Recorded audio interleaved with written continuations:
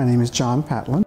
I'm a doctor. I work at MD Anderson Cancer Center. When I decided that I wanted to be a doctor, I didn't really have any clear idea of what that life was like or what would I really be doing.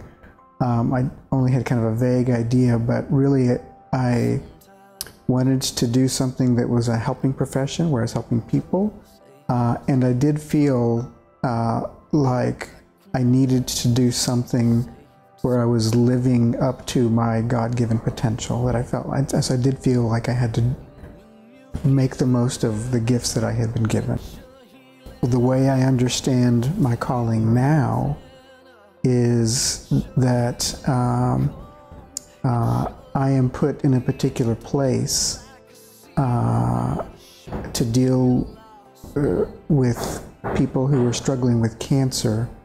And for the patients I see, this is a new diagnosis for them. In many ways, it's the hardest phase of their illness at the beginning because they're full of fear and uncertainty. So I have to pray every day that God will use me and that I will be a blessing to those people.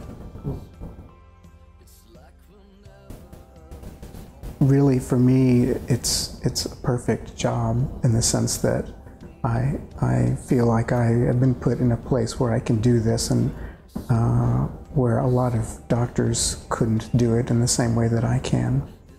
And I do see the blessing that happens on both sides.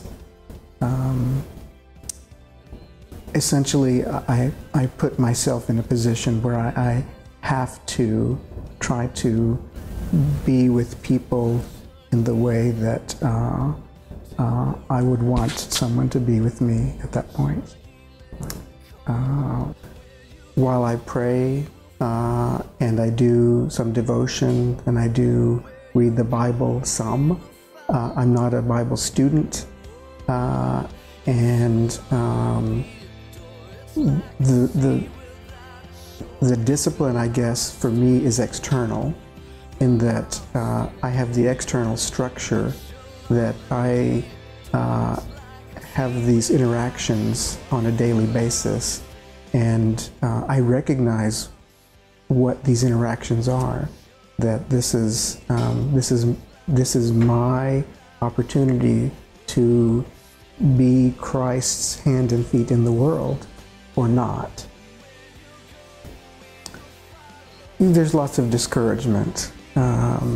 And everybody experiences discouragement and frustration in their jobs with, your boss, your coworkers, your lack of support, or the tasks that you're given to do and inadequate resources. And my job isn't any different than anybody's in that sense.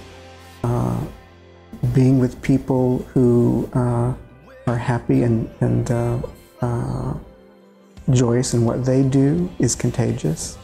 I also try to do that for my coworkers, just in the ordinary ways, and church. I am refreshed when I come to church. I miss it when I'm not here. My batteries run down, and I know that I cannot do this under my own power. I am sort of the living embodiment of when Paul says that his grace is sufficient, and that his strength is made perfect in my weakness, because basically I am a lazy, selfish, undisciplined person. And by nature do not have the qualities that anybody would look for in a compassionate physician.